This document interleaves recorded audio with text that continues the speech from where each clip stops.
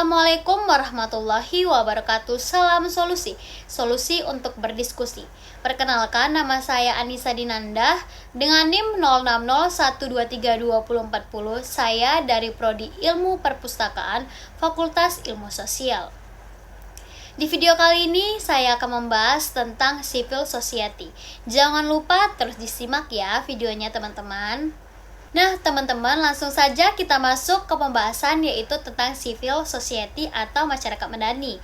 Jadi apa itu masyarakat madani?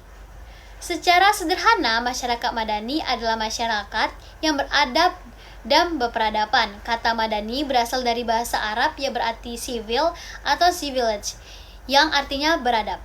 Dalam konteks ini, masyarakat madani adalah masyarakat yang memiliki nilai-nilai seperti keterbukaan, keadilan, kebebasan, dan tanggung jawab sosial. Mereka membangun kehidupan mereka dengan menghormati hak asasi manusia, mendukung partisipasi aktif dalam pemerintah, dan mempromosikan kesejahteraan bersama.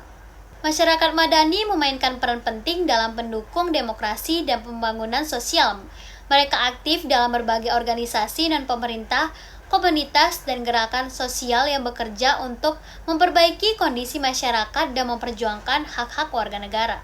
Nah, jadi bisa kita simpulkan bahwa masyarakat madani adalah masyarakat yang berusaha hidup dengan cara yang adil, terbuka, dan bertanggung jawab, selalu berusaha untuk memperbaiki diri dan lingkungannya.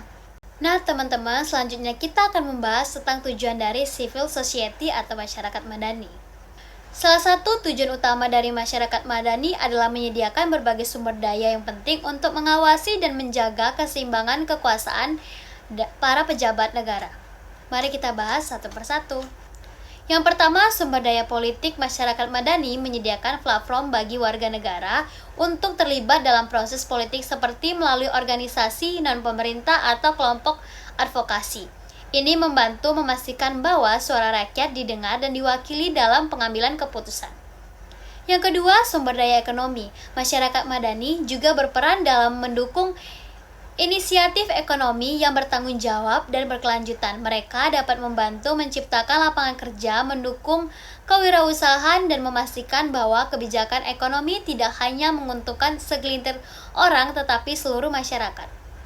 Yang ketiga, sumber daya sosial. Dengan mendukung komunitas dan jaringan sosial, masyarakat madani membantu memperkuat solidaritas dan kohesi sosial. Ini penting untuk menciptakan lingkungan yang inklusif dan suportif bagi semua anggotanya. Yang keempat, ada sumber daya budaya. Masyarakat madani mempromosikan nilai-nilai budaya dan identitas bersama yang penting untuk menjaga keragaman dan keyakinan budaya suatu negara. Mereka bekerja untuk melestarikan tradisi dan warisan budaya sambil juga mendorong inovasi dan kreativitas.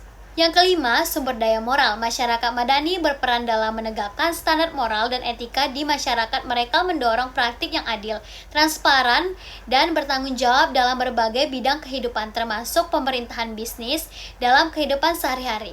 Dengan menyediakan sumber daya ini, masyarakat madani membantu mengawasi dan menyeimbangkan kekuasaan para pejabat negara, memastikan bahwa mereka bekerja untuk kepentingan umum dan tidak menyalahgunakan kekuasaan mereka. Jadi bisa kita lihat betapa pentingnya peran masyarakat madani dalam menjaga keseimbangan dan keadilan dalam pemerintah dan masyarakat secara keseluruhan. Nah teman-teman, selanjutnya kita akan membahas tentang prinsip-prinsip utama dari masyarakat madani. Ada 4 prinsip penting yang akan kita bahas. Yang pertama, keadilan sosial. Ini berarti semua orang mendapatkan hak dan kesempatan yang sama dalam masyarakat madani. Keadilan sosial memastikan tidak ada yang tertinggal dan setiap orang diperlakukan dengan adil tanpa diskriminasi. Kedua, egalitarianisme. Prinsip ini menekankan kesetaraan dalam masyarakat madani. Setiap individu dianggap setara, tidak peduli latar belakang, status sosial, atau ekonomi. Semua orang memiliki nilai yang sama dan harus diperlakukan dengan hormat. Yang ketiga ada pluralisme. Masyarakat madani menghargai keragaman. Pluralisme berarti mengakui dan menghormati berbagai perbedaan dalam masyarakat, baik itu perbedaan agama, budaya, ras, atau pandangan politik. Dengan pluralisme, kita bisa hidup berdampingan dengan damai dan saling menghormati. Yang keempat, supremasi hukum. Prinsip ini menekankan pentingnya hukum yang adil dan berlaku untuk semua orang. Tidak ada yang berada di atas hukum, termasuk pejabat atau orang berpengaruh.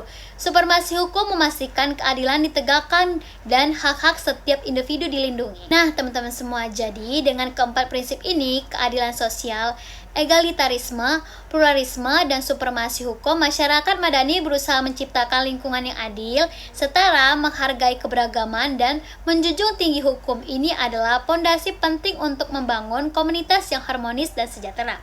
Nah, teman-teman, selanjutnya kita akan masuk ke pertanyaan dan langsung saja kita jawab. Pertanyaannya, mengapa civil society dikekang di Indonesia dan bagaimana solusi? Langsung saja saya akan menjawabnya. Alasan civil society dikekang di Indonesia. Civil society atau organisasi masyarakat sipil atau OMS di Indonesia seringkali mengalami kekangan dari pemerintah dan berbagai pihak karena beberapa alasan yang kompleks. Salah satu alasan utama adalah ketakutan pemerintah terhadap kritik dan pengawasan yang dilakukan oleh OMS. Pemerintahan seringkali melihat OMS sebagai ancaman karena mereka kerap mengkritik kebijakan pemerintah dan menyoroti berbagai kekurangan, sering pelanggaran yang terjadi di lapangan. Kritik ini bisa dianggap mengganggu stabilitas politik dan keamanan negara, sehingga pemerintah merasa perlu membatasi ruang gerak OMS untuk menjaga kestabilan. Selain itu, kepentingan politik dan ekonomi juga menjadi faktor utama dalam kekangan terhadap civil societies. Beberapa kelompok dalam pemerintah atau elit kelompok politik memiliki kepentingan ekonomi dan politik yang biasanya terancam oleh aktivitas OMS yang memperjuangkan transparansi, keadilan, dan pemberantasan korupsi. Oleh karena itu, mereka berusaha untuk membatasi kegiatan OMS yang dapat merusak kepentingan mereka. Kepentingan ini seringkali berkaitan dengan bisnis dan monopoli kekuasaan yang tidak ingin terganggu oleh pengawasan ketat dari OMS. Legislasi dan regulasi yang membatasi juga menjadi alat pemerintah untuk mengendalikan OMS. Pemerintahan terkadang menggunakan undang-undang dan peraturan yang ketat untuk mengawasi dan mengendalikan OMS. Misalnya, persyaratan pendaftaran yang rumit, aturan yang membatasi pendanaan dari luar negeri, dan aturan yang membatasi kegiatan tertentu dapat menghambat personal OMS. Kebijakan ini seringkali ditetapkan dengan dalil keamanan nasional atau stabilitas politik, tetapi dalam praktiknya lebih sering digunakan untuk membungkam kritik dan oposisi. Itu stigma dan propaganda negatif juga memainkan peran penting dalam kekangan terhadap civil society. Ada upaya yang sistematis untuk mendiskreditkan OMS melalui propaganda negatif yang menggambarkan mereka sebagai agen asing atau anti-nasional. Stigma ini menciptakan untuk mengurangi dukungan masyarakat terhadap OMS dan melemahkan legitimasi mereka. Propaganda ini seringkali digunakan melalui media yang dikendalikan oleh pemerintah atau pihak-pihak yang memiliki kepentingan. Reaksi keras terhadap gerakan sosial yang dilakukan oleh OMS juga menjadi alasan mengapa civil society dikekang. Pemerintahan seringkali merespon dengan keras terhadap gerakan sosial seperti protes dan demonstrasi yang dilakukan oleh OMS. Respon ini bisa berupa pengguna kekuatan berlebihan oleh aparat keamanan, penangkapan aktivis, atau pembubaran paksa acara-acara OMS. Langkah-langkah preventif ini diambil untuk mencegah penyebaran ide-ide yang dianggap berbahaya bagi stabilitas pemerintahan dan untuk menunjukkan kontrol yang kuat terhadap masyarakat. Kombinasi dari kekuatan terhadap kritik, kepentingan politik dan ekonomi, regulasi yang ketat, stigma negatif, dan tindakan preventif semuanya berkontribusi pada kekangan terhadap civil society di Indonesia. Solusi yang tepat, yang pertama, mendorong kebebasan berpendapat dan berkumpul. Negara harus memastikan bahwa hak atas kebebasan berpendapat dan berkumpul dihormati dan dilindungi. Ini bisa dilakukan dengan merevisi undang-undang yang membatasi hak-hak tersebut dan memastikan bahwa aparat keamanan tidak menyalahgunakan kekuasaan terhadap OMS. Yang kedua, melindungi hak-hak organisasi masyarakat sipil. Pemerintahan harus menyediakan perlindungan hukum yang memadai bagi OMS dan aktivisinya. Ini termasuk melindungi mereka dari intimidasi, kekerasan, dan tindakan hukum yang tidak adil.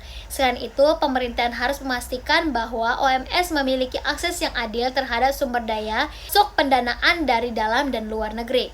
Yang ketiga, meningkatkan dialog antara pemerintah dan masyarakat sipil. Dialog yang konstruktif antara pemerintah dan OMS harus diperkuat. Pemerintah harus melihat OMS sebagai mitra dalam pembangunan dan memperdaya masyarakat, bukan sebagai ancaman.